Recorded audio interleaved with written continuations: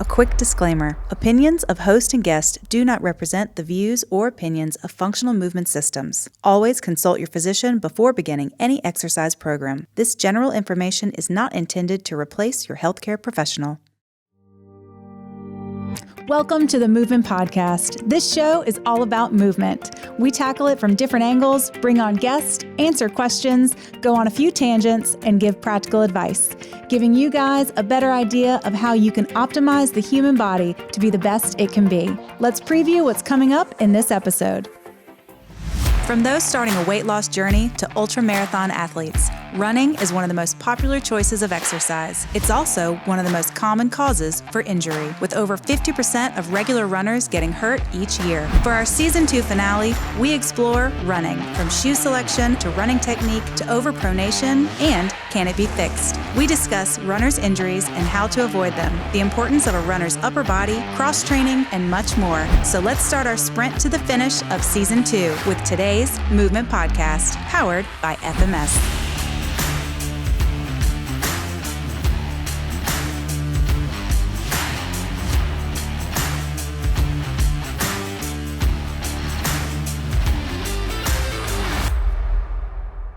Most common form of exercise, Gray.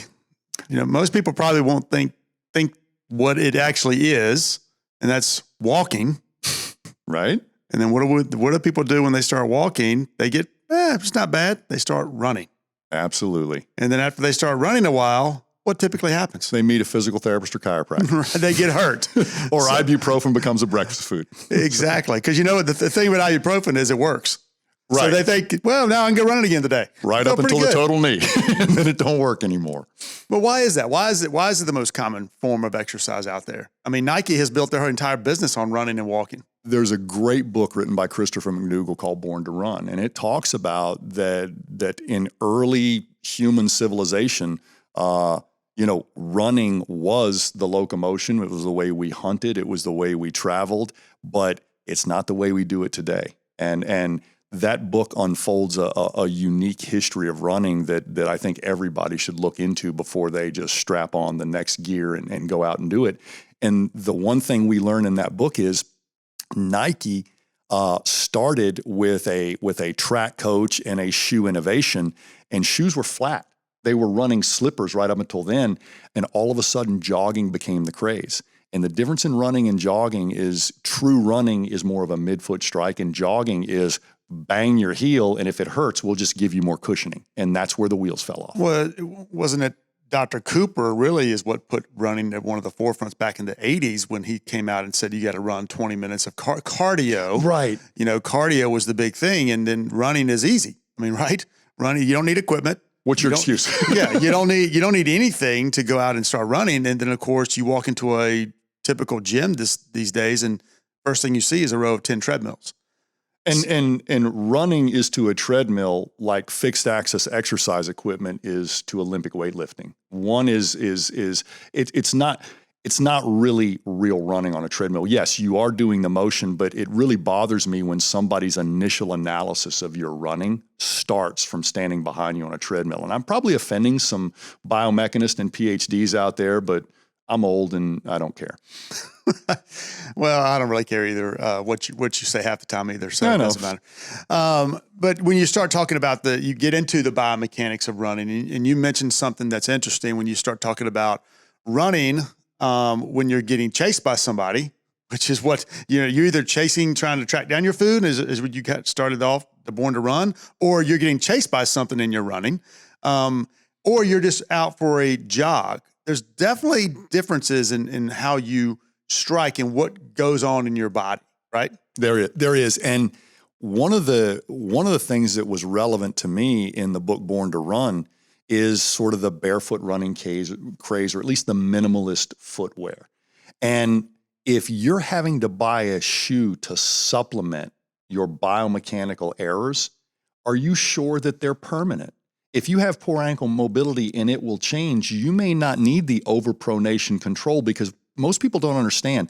Overpronation and ankle mobility go hand in hand. A stiff ankle requires you to have a sloppy foot. All right, let's back up. So I'm going to interrupt you here. Why do people get injured running? Because that's what everybody wants to know. Why do I get hurt? Why do I get hurt running? Is that a bad question? Can you give me a one sentence answer? They're unprepared to run the volume and intensity that they think they should be running. So therein lies a lot of the issue that most people when they start running, they start getting good at it. When I say good at it, their body is starting to become acclimated. They're doing what their body does, right? It's no different than going in and lifting weights. You're going to break the body down. You're going to build it back up.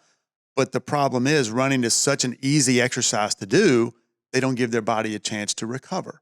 And it's so easy to do. It's really easy to do it wrong. Running is one of those things, just like weightlifting, where people assume quality and pursue quantity. And it should be the other way around. Right. And then, talking about the injuries, it is volume and intensity. So, a lot of these subtle things that you were getting into, ankle mobility, maybe not enough core stabilization, because it's not just about foot strike. I mean, your foot's going to do what it needs to do to compress the forces that you're putting in it. And if you don't have good hip stability or even core stabilization, then your foot's got to figure something out, and it's got to overpronate. It's got to do all those things biomechanically to absorb the shock, and it may not be your foot at all. So you can get by with that when you start running. But as you can increase the volume and intensity, you can't get away with it. So we can blame volume and intensity, but it could be something else. Yeah, you could be bringing problems to it. And one of the things I did for myself is I really tried to embrace that and say, okay, if I'm not relying on a shoe to compensate, and I do a minimalist run, a zero shoe or a sandal run or even barefoot on appropriate surface, the very first thing I'm going to do is go, ooh, that hurts. Slow down. Still hurts. Slow down a little bit more. Okay, but now I'm not going fast enough. Apparently you are. But what you're getting into here, Gray, is something you've been talking about for a while, and that's self-limiting. Exactly. And the whole thing about self-limiting is trying to create that internal gauge. But most people's internal gauge is trying to sit over here all the way to the right. They want a red line, right? Most people, especially when you start running, you get that dose of adrenaline. You start feeling good about it. A few days into it, man, I feel great. But then they start doing a little too much. So it's that self-limiting aspect that I'd like you to speak to, how they can incorporate that a little bit more. Yeah, endorphins work whether you have good or bad endorphins. There you go. That's what I was looking for. I'm not that smart. Endorphins work whether you do good technique or bad technique, because you do hit that cardiovascular stimulation, that deeper breathing. But when people look at their cardiovascular ranges, depending on what kind of monitoring device you do, most people try to run in that mid-range. And the very first time I went minimalist shoe and said, I'm going to run in my lowest cardio range. And, it's easy. 180 minus your age is going to put me, around 130 or something like that. I went out running and I'm like, oh my gosh, I just ran a 14-minute mile. That sucks. But I was coming off my neck surgery and I'm like, but it didn't hurt. And I think I can go another mile. And the very first time I listened to my body, I ran 4 miles without discomfort and without pain, and I didn't listen to music. It was almost, I found my slot. And I've always loved paddleboarding. When I look at my heart rate paddleboarding, no matter how hard I hit it, I stay in a really low cardio range, which is almost empowering. And you don't hurt the next day. And so I said, even though this is a disrespectful running cadence and time and everything, I actually enjoyed running. And so I taught myself how to run after my neck surgery, just because so many other forms of exercise weren't an option. Cycling put me in a bad posture and I couldn't do anything with a kettlebell. So I just started walking, but I just leaned forward a little bit. And it looks like an old man shuffle, but if you look at barefoot runners, they have this nice... Nobody wants to see you run. And that's why I do it in the woods. I guarantee that. That's why I do it in the woods, man. It's nobody's business how I run. Yeah, but part of what you're saying is self-limiting. You're talking about minimalist shoes. You didn't say barefoot. And I think that was a big thing. I'd almost say it's kind of gotten over the hump. It was huge when that book came out, right? Everybody was going barefoot, and not everybody needs to go barefoot. At least not start barefoot. Maybe, again, work yourself into it. It's almost like if you go out and try to split wood for 3 hours without gloves, your hands are going to rip up before your back gets tired. And so your hands and your feet are your interface with the world. And if we look at a thing called the homunculus, and that's the map of your brain, you got more neurological sensation dedicated to your hands and feet than you do to your legs and arms. That means this is my interface, that's my interface. And so if you don't have time to get a little callus on your hand, you're never going to split wood like you should. And if you don't have time to toughen and strengthen your feet, you're never going to run like you're supposed to. That's the problem. Somebody who has the real Nikes running shoe now. I mean, I'm wearing a pair right now where you've got a lot of structure around your foot that's supporting your foot and your ankle. Go from that to running barefoot. It's not going to work. You're going to have problems and you're going to break down. And I think that's where, don't expect yourself, if you're going to go from go to a minimalist shoe, that don't expect to do the same thing you're doing with your typical running shoe. And I think that's the point you would want to make, right? It's not, doing a minimalist shoe is great. It's going to be a better foot strike, but don't expect to go out and run a 5K if you go that. You keep your mileage down, keep your volume and intensity down, and slowly build it back up. Give your body a chance to recover, not just your heart, your entire body. No, I saw the same thing when I entered the world of kettlebell. We all show up and everybody goes and grabs the kettlebell you think is appropriate. So the big guys grab the cannonballs with handles, right? And the one thing you didn't know is that you got to do 100 swings.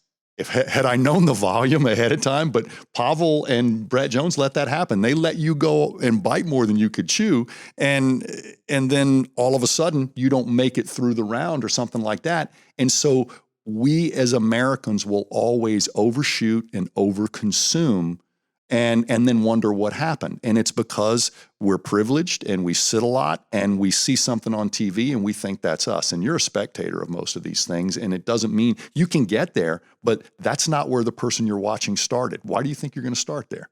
And I think too often people assume to get their cardiovascular endurance up, they've got to go out and run or they got to walk. Those are easy things to do. As we said, there's no equipment. Anybody can do it. And for some people, it's great. But running's not for everybody, and not everybody should be expected to go out there and be a good runner. That's not to say running is bad. There's a lot of people out there that can run, and it's great. And I go back to the fact of most everybody gravitates to what they're good at, and they don't want to do what they're bad at. And I think that's something that we all need to look at and figure out. If I'm going to exercise, and Gray, we're in the world of trying to make people more healthy and more fit. And it's up to the professionals to give some advice. And it's up to us as individuals to try to find out where we can fit, what best suits us. Yes. I think that's important. And I was studying breathing back when we were developing the breathing course, and Kyle Kiesel did that for us. And I really think that was a good journey to go on. And I found two ends of the same conversation. One was a chiropractor named Phil Maffetone, and the other was Wim Hof, who was extremely popular and probably still is. And they're both getting into breathing. What Phil Maffetone pretty much said is, listen, do 180 minus your age and go and see how much distance you can cover in a half hour. And what you'll find out is you will go out and run and your heart rate will immediately cross the limit I just gave you. So walk. And then when it drops below the limit I gave you, run. And what you'll find is you don't know how to find your slot. You're running and walking. But in 2 weeks, you will have learned how to breathe and run at a cadence that you could continue in a sustainable way. And what we've learned by the running hobby of most Americans is running's not sustainable because runners are some of the most injured recreational athletes in the world, and there's no contact except you in the ground. There's no excuse. And yet they're injured. So are they biting off more than they can chew? And are they pursuing quantity before quality? And the answer is yes to both. And when we see things like the straps and knee braces and puffed up shoes, these are just enabling devices. Training wheels don't make you a cyclist. No, I think that's a great word right there. Enabling I think that's too often is you're going to do what the runners that we've come in contact with that have come through our clinic and we've worked with, they have to get out there and run. And if you tell a runner not to run, it's taking their little blanket away from them. And I think sometimes that's what needs to happen is you've got to take those enabling devices away and build yourself back up to be more resilient so you can keep running when you're 75 years old. But you've got to find that balance. I think balance is the key because so many people think or assume that's one of the best ways to get your cardiovascular endurance. And there's many ways to get that in.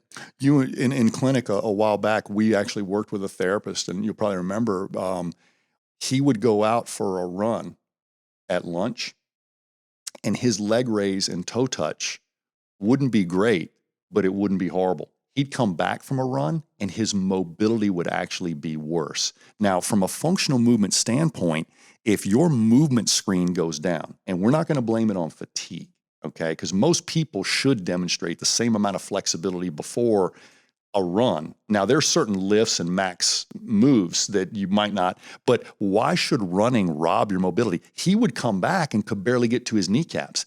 That tells me he was using everything wrong, but he was the fastest guy in the clinic, just not forever and not for long. So a lot of things, you get those endorphins, and you get that positive feedback from your GPS and your run monitor, but at the same time, you're slowly eroding and you don't realize it. But one of the quick behaviors that shouldn't get worse after a run is you shouldn't be tighter, less mobile, and have poor balance after a run. And if you do, you just ran through your reserve and into something that's not going to reset itself for 48 hours. Yeah, I think one of the studies I read a while back is before a race, or a 10K or maybe in a marathon, 45% of the people were in pain at the start. So at the start of a race, a competitive event, 45 people were already in pain. So that tells me right there, they'll get through it. People will get through it. We're resilient. Humans are pretty damn resilient, right? So we'll get through it. But it's that longevity that we have to stop thinking in the health and fitness industry, in the health and fitness world, stop thinking of now and start thinking long-term. Because if you're already in pain, you and I both agree, you're already hurt. And going out and pounding the pavement when you're already hurt is not going to help you. Well, I think John Tureen say this, please leave a little cheese on the cracker. What he meant by that is if you work out so hard that you're moving worse after the workout, then you survived it, but it's not going to make you thrive. You're slowly creating a debt that you will have to repay all at once. And so recognizing that debt early, what's a great way? Heart rate variability. Did you get back to your resting heart rate? Are you hydrated? And did you get some good sleep? Next layer, is your movement screen getting worse because of your workout? And if it is, that's an indicator. Is your performance slowly dropping at the fitness level? That's an indicator. So if any of these things are in play, listen. Because pain is a signal that basically tells your body there's a disharmony here. And even though in modern society you can cover it up, that don't make it right. Yeah. So in summary, runners are some of the most resilient, gritty athletes that I think are out there because they march through however many miles that they need to get through, no matter what they truly feel like. And so I feel like sometimes they proclaim themselves as good runners because they have a good cardiorespiratory response. They get the endorphins from the breathing. They feel good afterwards sooner. And so they're telling themselves, I'm getting good at this because those things are getting easier. Basically, I don't hate this as much as I used to. So with that said, we put these clouds on our feet. We take ibuprofen in the morning when we wake up. We wear compression, socks, and we try to alleviate shin splints and other issues that may come up with this longer form of running that they think they're really good at, but they're ultimately in pain. So, going back to that novice runner who's not hating it as much as they used to, like currently, what's the first thing that you think they should pay attention to make them actually a good runner and not just a good, person that wakes up early and works out and has a decent cardio response? Like what's the first step?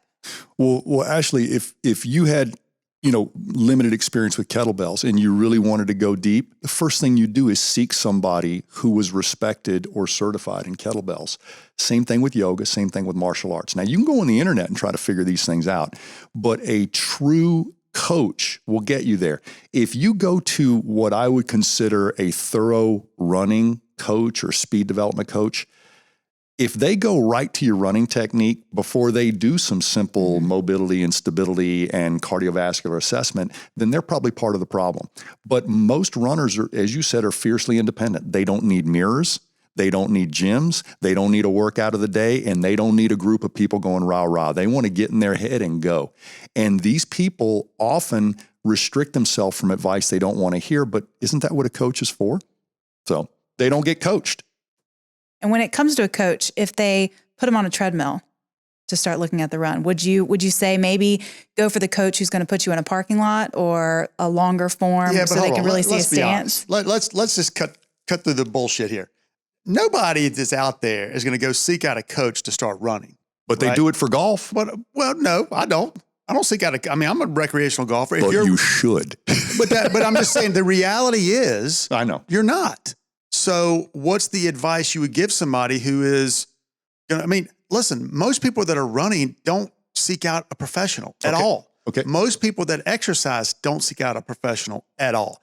We all agree they should, but they don't. And I think that's the problem, is why when somebody starts exercising, 60% of the people get injured during exercise. So what should they do? All right. Self-limiting, meaning don't make it so easy and stay in a lower energy expenditure. And if those two things aren't helping you right away, and right away means in about 2 weeks, okay? At least dedicate 4 sessions to a minimalistic dependence on equipment and a lower cardiovascular range. It's not going to impress your ego, but if you wake up and you can touch your toes and you don't feel like you beat yourself. That's more realistic. Because most people aren't going to check their heart rates, right? Most people aren't going to check, find out, most people aren't going to spend the money to get the devices. We all wish they would, but they're not. So I think something as simple as, can you stand on one foot? Can you balance? Obviously, we would want them to go get a functional movement screen, right? But if they wake up in the morning, they can't touch their toes, maybe they shouldn't go running today. No, you hit the nail on the head. If you can't deep squat, ass to grass without discomfort, if you can't touch your toes effortlessly, and if you can't balance on one foot for about 20 seconds eyes open and 10 seconds eyes closed, then do whatever you got to do to get those things before you worry about running. Right. And if you can't get them by yourself, there's people. And it doesn't mean they can't run that week. I think that's the fundamental message of what we try to tell everybody, right? Doesn't mean you can't go running this week. Hey, but maybe not running today or tomorrow. Maybe walk. Maybe do something different. And I think from my advice to runners, if you're a recreational runner and you love running, just mix it up. Just mix it up. Don't feel like you've got to run a 5K every day, right? No, and I think, if somebody just needs general advice, blending your running with yoga is great. If you need a little more, blending your running with Turkish get-ups, meaning if a Turkish get-up gives you struggling, I'm not saying do it with weight. I'm saying if you can't even get through that fluid motion, you've got an asymmetry, you've got a mobility stability problem, why not dedicate equal time to that? And there's 2 things I often see runners really struggle with, and that's walking down a balance beam and deep squatting. Right. So it's no different than somebody going and deadlifting or squatting heavy today. You deadlift and squat heavy today, you're not going to deadlift and squat heavy tomorrow. You're going to give yourself a couple of days. So if I'm going to go out and run a 5K today, me personally, I could get through it, but I'm damn sure not going to do it a couple more days this week. So I think that's the thing. If you know what, you got to, maybe do some intervals. Just don't feel like you've got to run, 10 miles every day. Well, and that's our thing. Sometimes because we're a sedentary society and we only have small packages of activity, so much of our active identity is tied up in one activity and not this global ability to do what you want. And that's what we want. That's what we want for everybody is be able to do what you want, but know your limits in each place. And now you know what to work on. And that's a cool journey. That kind of goes back to what I was saying. People gravitate to what they like. And if you start walking and you really like walking and you get to where you're starting to run and you really like running, great. But if you want to continue running, you better mix it up and do something else, because eventually you're going to end up with the tight hamstrings, the tight ankles, the tight gastrocnemius, the tight calves. You're going to end up that way, and you're not going to be able to touch your toes if that's all you do. I asked myself a question after my neck surgery, and running was one of my few light cardio options. I said, do you not like running because you do it wrong, or you're not built for it. And all my life, it was easy to say, well, I'm not built like a runner. But it was very humbling for me to say, I'm doing it wrong. And the minute I slowed down and paid attention to what I was doing, and I really don't like running on a track or hard surface, so I started doing trail runs. Number one, I like that environment better. Number two, it mixes it up. I'm ADHD. If I see the same thing more than twice in a minute, I'm going the other way. And so I picked an environment I could run in, and I gave myself permission to walk whenever I wanted. And before you know it, I didn't walk as much and I ran more, but not nearly as fast and not nearly as wrong as I was doing before. So I was running wrong, thinking I had structural problems when I had functional problems. Yeah, you just didn't want to run. I've seen you run. Pretty ugly. Thank you. It's just like being at home. You and Mrs. Cook are the best things for my ego. Oh, yeah.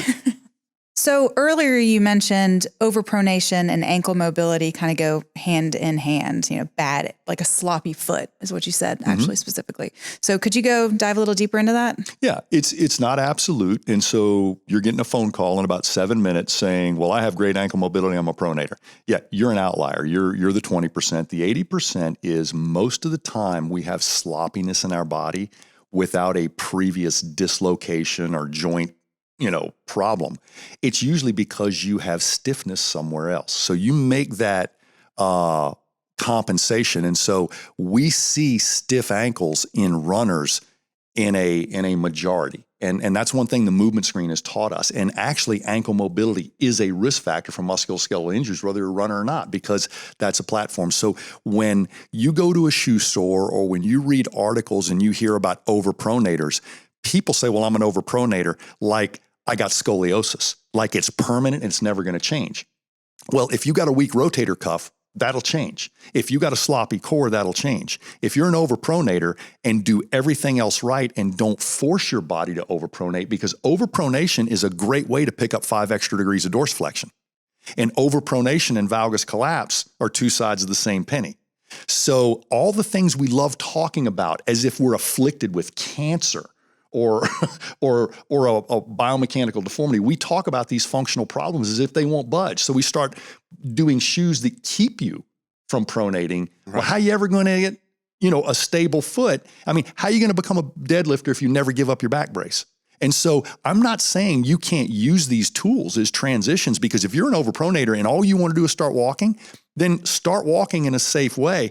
But if your next pair of shoes is the same set of training wheels, how are you ever going to be a biker? So what I'm saying is you can pick the on-ramp you want, but as long as you're enabling your problem, it will become a permanent problem. But if you see overpronation just like another form of core weakness or shoulder weakness, and you remove all your reasons for it, before you know it, yeah, you'll have tendencies toward pronation, but you don't have to do it. And now you'll find I don't pronate till mile 3. Maybe that's your limit. So there's so many cool things. And when Mike Boyle and I did that joint by joint, my whole point is if you're a pronator with a stiff ankle, then you're not a pronator. You're a compensator. And if you're a pronator with a perfect body, then yeah, you probably got some foot stuff going on. Well, I think what you're getting to, it's not as simple as saying this is your problem. Somebody's going to walk in and they're going to get on the treadmill. They're going to, somebody's going to say, wow, you overpronate. And then they're going to, go send them to see somebody to build an orthotic for them. And then they're going to build up their shoe and they're going to, have basically a crutch in their shoe, right? But the pronation is a result of something else going on. That's really what you're getting at, Gray. It's not as simple as looking at your foot and saying, if we fix your foot, everything else will be fine. Well, your foot very well could be taking care of what's wrong somewhere else. And you could track it you could even track it up in the upper body. So you got thoracic mobility issues, you got cervical spine issues. And, the thing that we try to do is find the underlying cause of why you pronate. And then, because if you don't find the underlying cause, you're talking about ankle mobility. Well, if they got a lack of ankle mobility, that could still be the result of something else. So you got to trace it all the way back. And that's where it gets complicated. And that's why we say you've got to figure out the underlying cause, because you can't just put a Band-Aid on the problem. And so a long time ago, we just tried to simplify that. And if you're a runner and you get a movement screen and you've got ones, work on them. Because runners without ones have way less problems than runners who have ones. It's that simple. And what a one means is you're not covering the range of motion for your body. in 1 rep. Okay. It's not about fatigue or anything. You can't even get a C on a movement competency test, and yet you're doing one of the higher level abilities that most humans aspire to. So do me a favor, change your oil, check your tires before you go on a trip. It's just, what's one of the most common injuries runners have? Knee. Hamstring tightness? Because they're all going to come in, they're going to complain about my knees are killing me, and they're going to complain about my hamstrings are too tight, stretch me out. But both of those things are a result of problems somewhere else. They're the symptom of the issue. They are. And like you said, humans are resilient. We'll figure out a way to compensate, and we'll figure out a way to compensate really hard for things that we love. So when we say stop running, we have that emotional response. It's like I said in a lecture one time, I put up this don't walk sign on every street corner in New York City. How many times have you ever seen a skeleton under that sign? Nobody just didn't walk forever. So, I mean, the traffic stopped and you got your go sign. But when people come to the athletic trainer, physical therapist, chiropractor, and we say, hey, stop running, all it means is turn your car off so we can check a few things. And all of a sudden we get this emotional response. You can't take that away from me. I'm like, I don't want to. I just want to basically slow it down so we can see what's going on and rebuild you, because the way you're built to run now is not sustainable. It's not going to end good.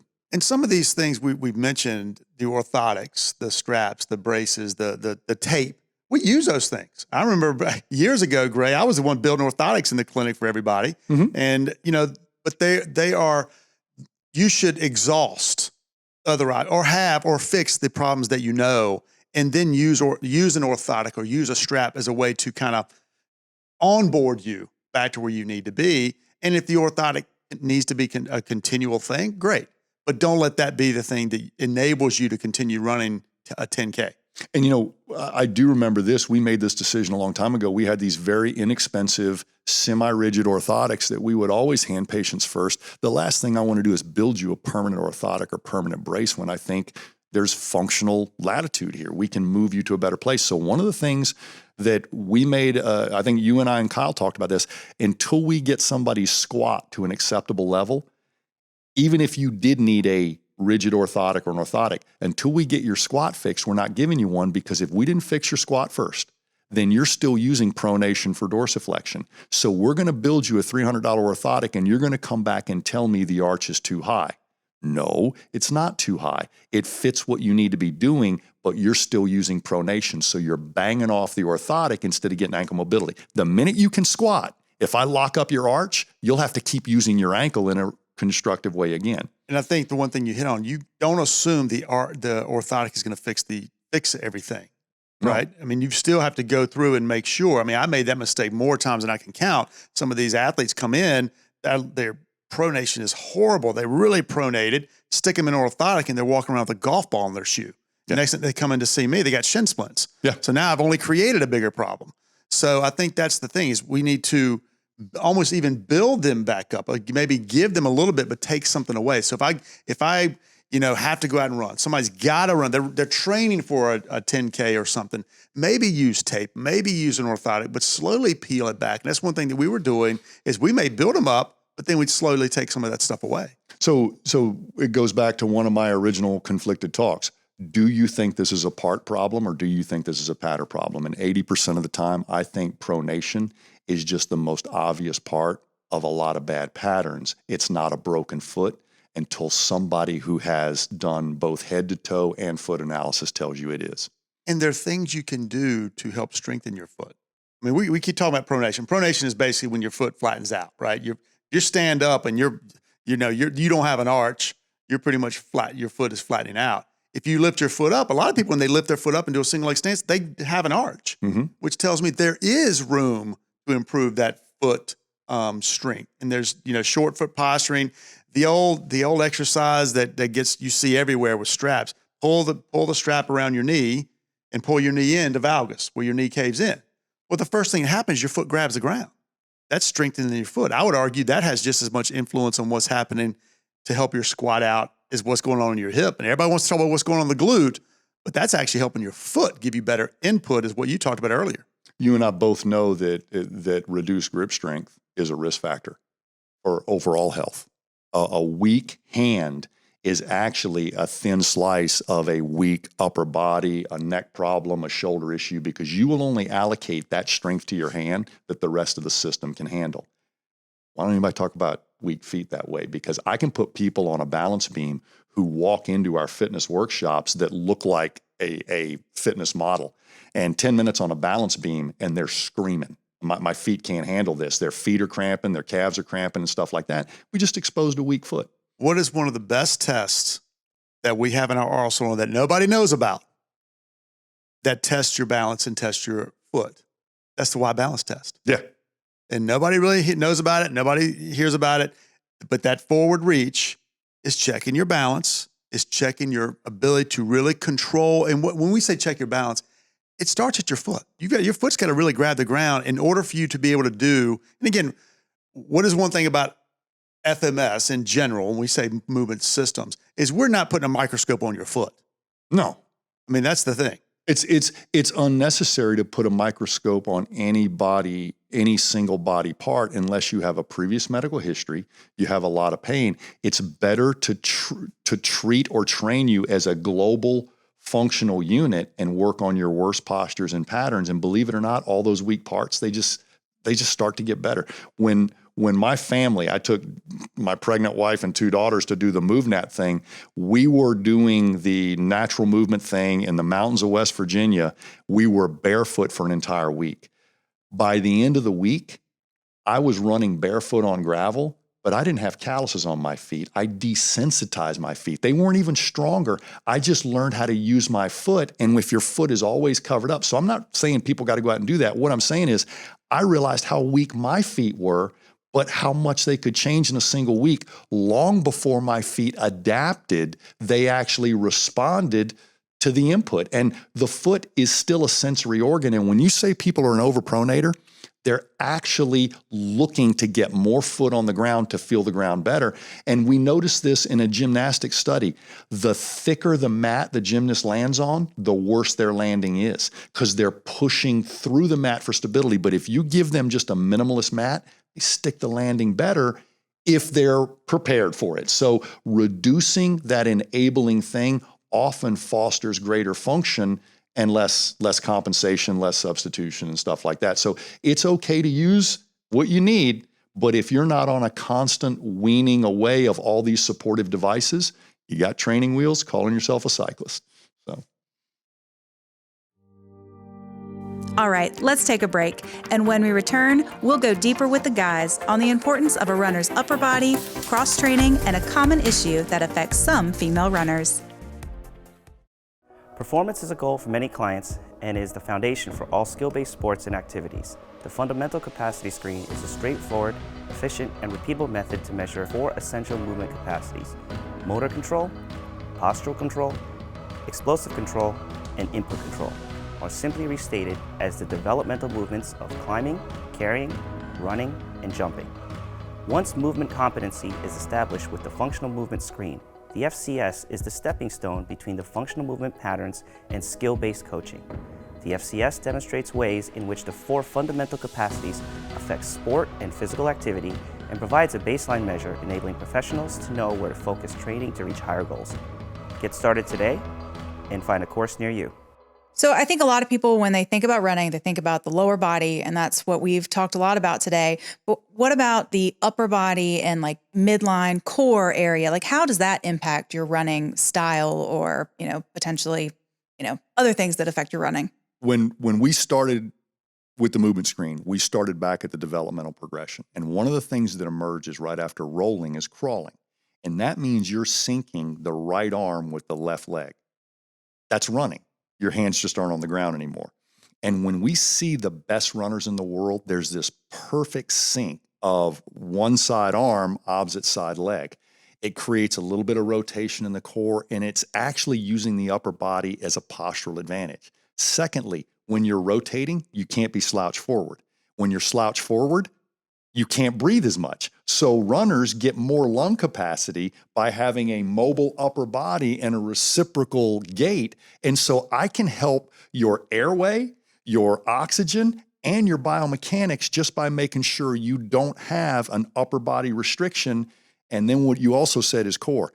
we see a lot of runners that score very low on the push-up. So even if you have a mobile upper and lower body, you got a rubber drive shaft. They're not connected by anything that works. And so that instantaneous stability in your core is what transfers, because believe it or not, when you run, your arm moves before your leg does. So I'm throwing this arm before this leg goes. So getting that little bit of energy to help that leg out has to go through jelly belly or nice rigid core. So there are things on the movement screen like the push-up and upper body mobility and lunge tests that really show us, do your upper body and lower body complement or contradict each other? Ray, let's be honest. We're not running experts, but if you go to running experts, they're going to talk about posture. They're going to talk about, make sure you're upright, making sure you have a good, what goes on in your foot strike and all that.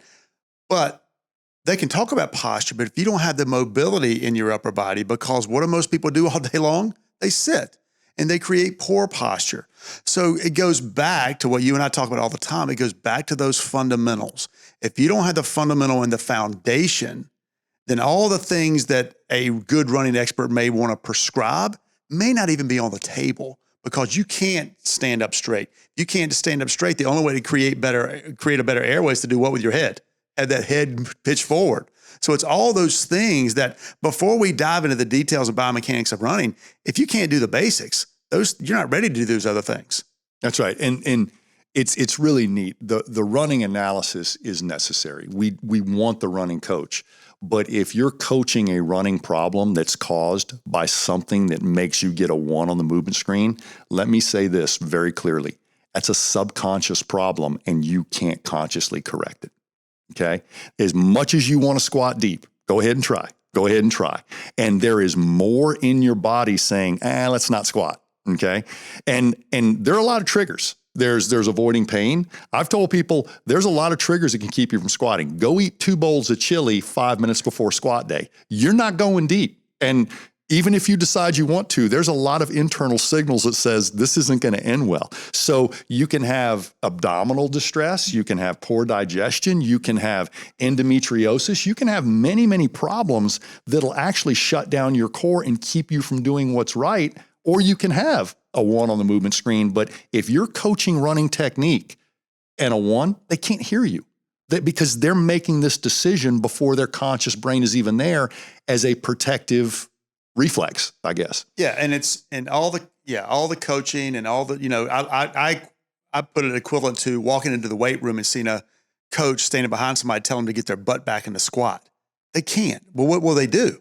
They'll get their head down and use their spine, no different than a runner. The runner's going to do it, right? You're going to do it if you're a runner. You're going to get out there and you're going to pound the pavement and not really understand and know why you're not getting up and you're not in the right posture. And think about that. I mean, if you got poor shoulder mobility, you're a 1 on one side and a 2 or 3 on the other.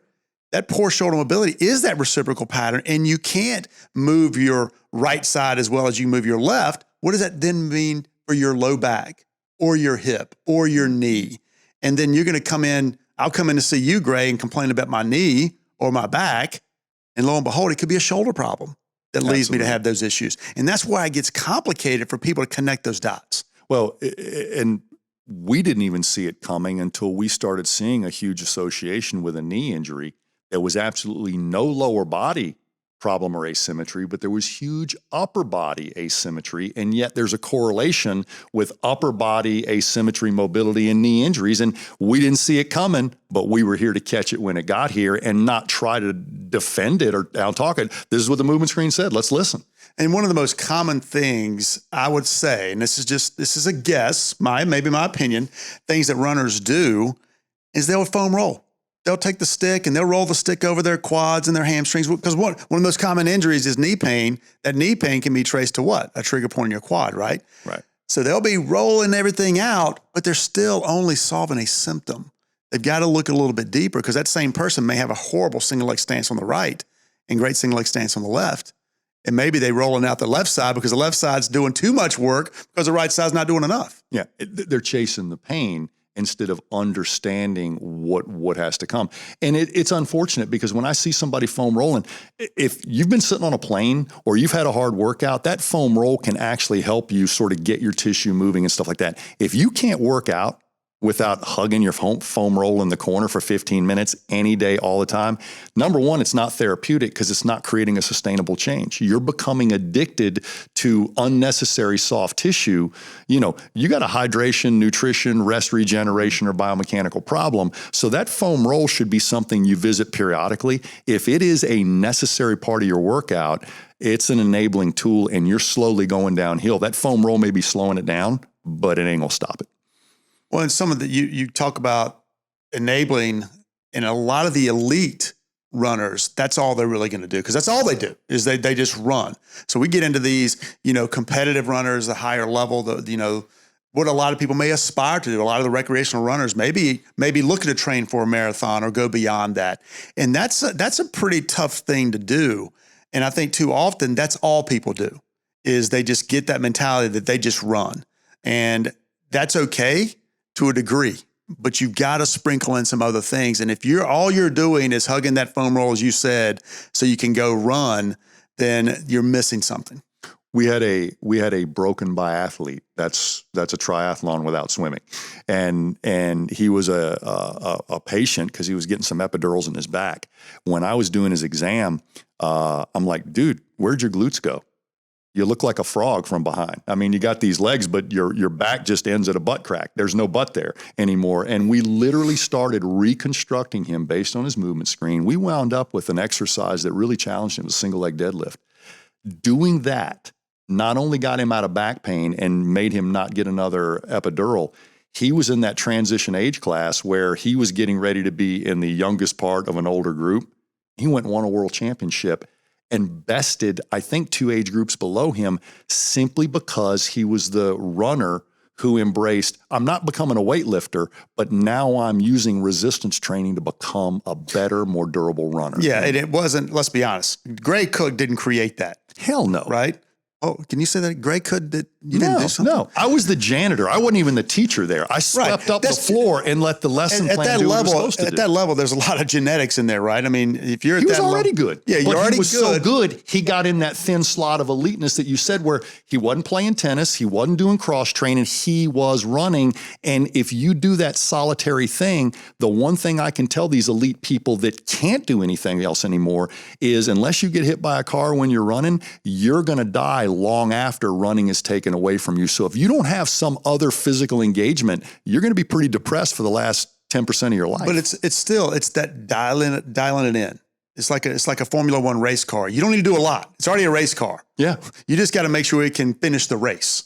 And that's really what we're talking about when you talk about these elite runners out there who are looking at the ultra marathons and looking at what's the next thing? Okay, I did a marathon. What's the next thing? What's the next thing, right? And I think at that level, once you become that good at your sport, and we're talking about running today, it's not so much that we're going to take you off and say you can't run or you shouldn't run. Running's great, but you got to dial it in so you can do that next thing. And I think that's another art and science to what we do. When I say we, professionals. When I walk in my exam room with the iPad and whatever I'm going to do, I have 2 categories I put an elite runner in. And I've seen people at all different levels. Running is their life, or they're a runner with a life.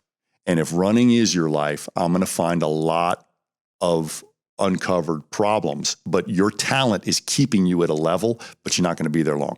And then I find a runner who has 4 other physical things they do to just flush the system and stay balanced out. I mean, we love the NFL quarterbacks that play golf and do a few other things because they have other ways to physically appreciate their body. They're still competitive, but running is your life, or you're a runner with a life. And I have to handle those situations 2 different ways. And unfortunately, if running is your life, if you will accept a slice of humble pie and say, okay, running's my life, then this is everything I got to tell you to keep running. And some of that is, let's run less, let's do some qualitative stuff, let's get at least one contrasting activity. And one time I was working with a hockey player, and he goes, I do cross train. See, I do the slide board. And I'm like, that's just speed skating without skates. That's just the same thing on a different surface. You've got to have a contrasting movement pattern. And one of the things that Greg Rose and I talked about is how many PGA professionals now get to a golfing event a day early so they can go paddleboarding.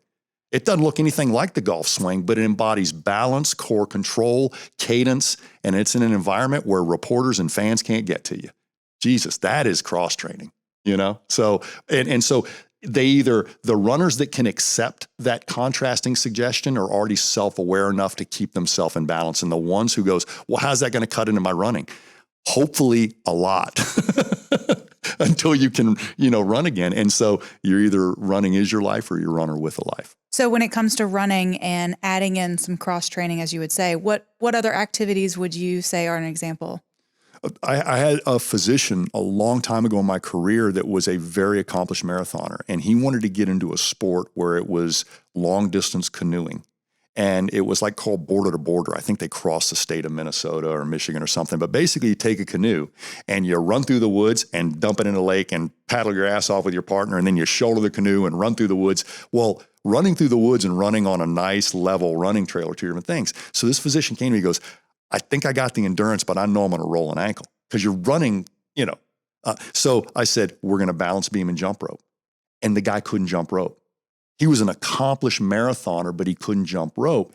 And so that was enough. I didn't need to get him in a weight training thing or a boot camp or anything. He couldn't jump rope, but you can slouch and run, but you can't slouch and jump rope. And a lot of people know that boxers can do both. They've got this unbelievable posture and they can do things, but jumping rope actually is a postural corrective exercise and also teaches you how to use gravity, not have gravity abuse you. So I'm like, you need to know where your feet are when you're not looking at them. And since a tree root or an incline or a bevel, and they did great, but it was like my brain just said, I got to get this guy way more aware into his feet. He's a diesel that likes to just run straight forever, and that ain't what this race is going to be. So jump rope and balance beam, and both humbled him, but instead of fighting me on it, he trusted me on it. A month and a half later, this guy could do on a trail what he used to do on a flat surface and was actually enjoying it, but he had to eat that slice of humble pie. And so, if you're big enough to do that, you'll emerge a more versatile runner or a better runner. So what did that training look like as far as the actual jumping rope and being on the balance beam? Was that, a few passes here and there, 30 repetitions, several minutes? I actually did something that looked a little bit like Tabata before I even knew what that word meant. And he would jump rope in a... what does that word mean? Well, it's basically doing a hard set and taking an organized rest break and a hard set and organized rest break.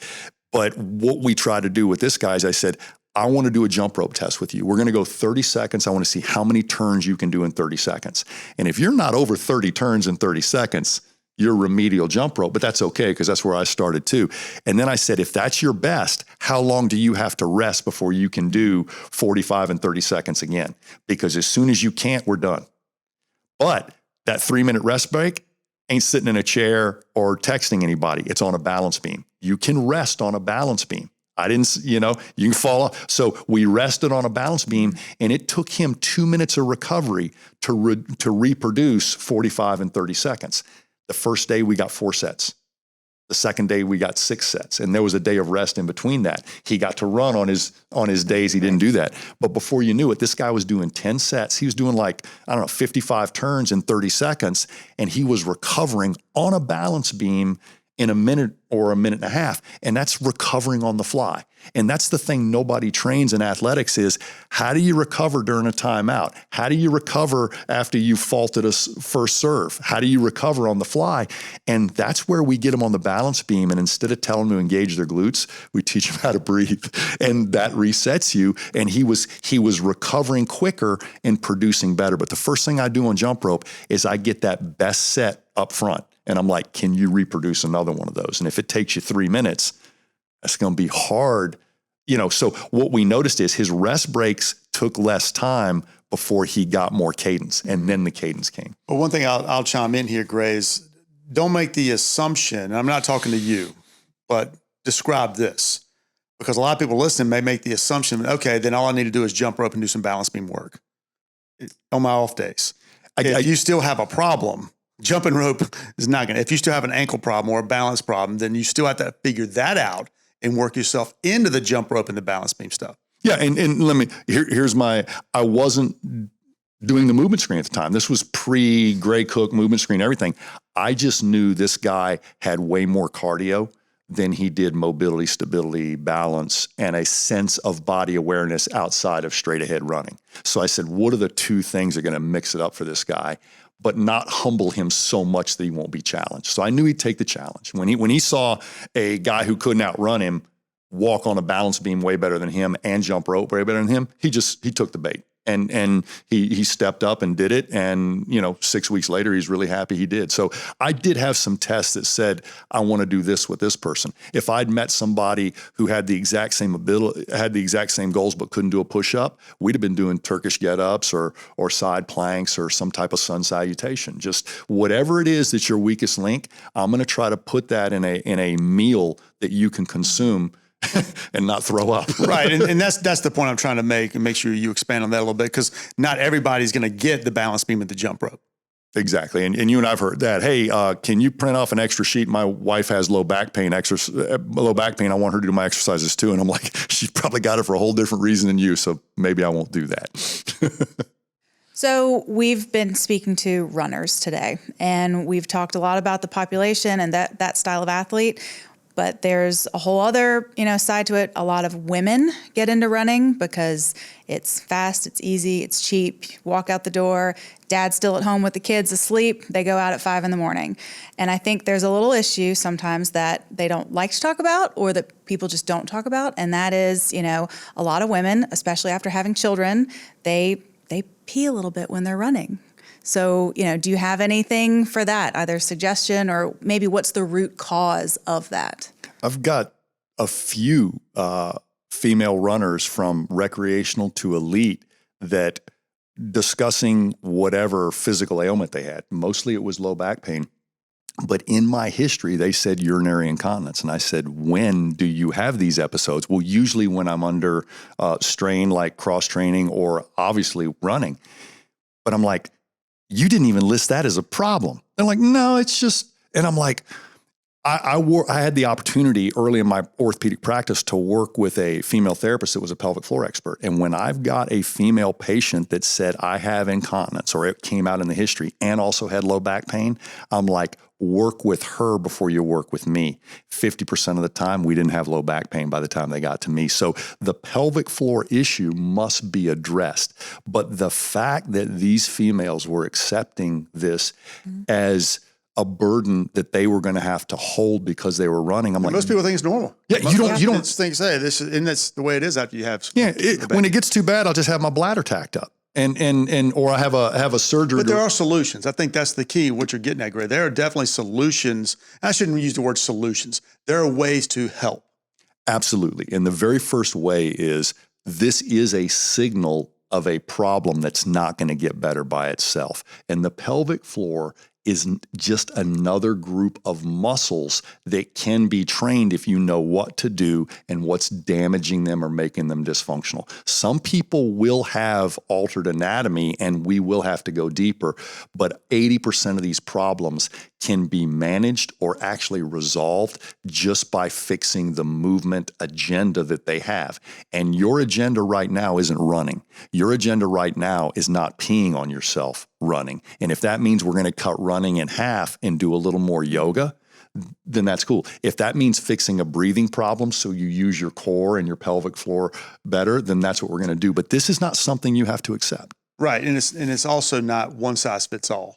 I think that's the other thing. This is a situation there is ways that a professional can give you some advice, but they need to look at the entire system, the entire person, and not just make assumptions that, Kegels are going to be the quick fix. There may be some other things. You mentioned breathing. There are certain exercises, and it may be to a point that they need to get in to the physical therapist or a professional that is really good at these types of scenarios. Yeah, and one of the most practical ones I heard, and it sounds a little humorous, but if you're going to sit down and take a pee, try to cut off your stream 4 times. And it sounds like a challenge, but in a week they're like, I can do it. And guess what else? I ran 2 miles and I'm like, you're now in touch with a muscle that you didn't realize you actually had control of, and you will gain conscious control and then all of a sudden subconscious control. And so as we see that, just because we did that doesn't mean single leg stance got better. but it's nice to work on that while we're working on single leg stance. And those two puzzle pieces will put themselves together if we acknowledge and bring them to the surface. But the fact that the few runners I saw didn't even mention this as a problem. They were mentioning pain. Awareness. Yeah. It's the awareness factor that you talk a lot about, is if you can get that awareness and realize, like you had that conversation. And I think for a lot of whether they're novice runners or whether you're a professional listening to us today, just understand that you've got to address that. That's the first step. Just figure out you got to address it, and there's ways to address it. And as you said, just, hey, cut off your stream of pee, see how that does. That's a simple piece of advice. And if you don't have some success with that, then take the next step, maybe seek somebody out. Yeah, because I've heard people say, I tried what you said and I can't do it. And I'm like, relax and keep trying. And give them permission to don't train with this, just play with this for a while. And before you know it, you'll actually gain a level of control you didn't know you could gain. I'll let that go. I'll just let that one slip by. But isn't that the difference in a functional and structural problem? It's not going to work for everybody, and they may have a structural problem, but you can always adjust function and get feedback so much quicker than before you try to, like you said, one size fits all, or say, yeah, this is a problem everybody has, and I guess I'm just going to have it. No, you're not. That'll do it for this episode of the Movement Podcast. Thanks for listening. And if you liked what you heard, please take a minute to subscribe, share, and review. If you want to learn more about our system and take the next step in your movement journey, visit us at movementpod.com. Until next time, remember to first move well, then move often.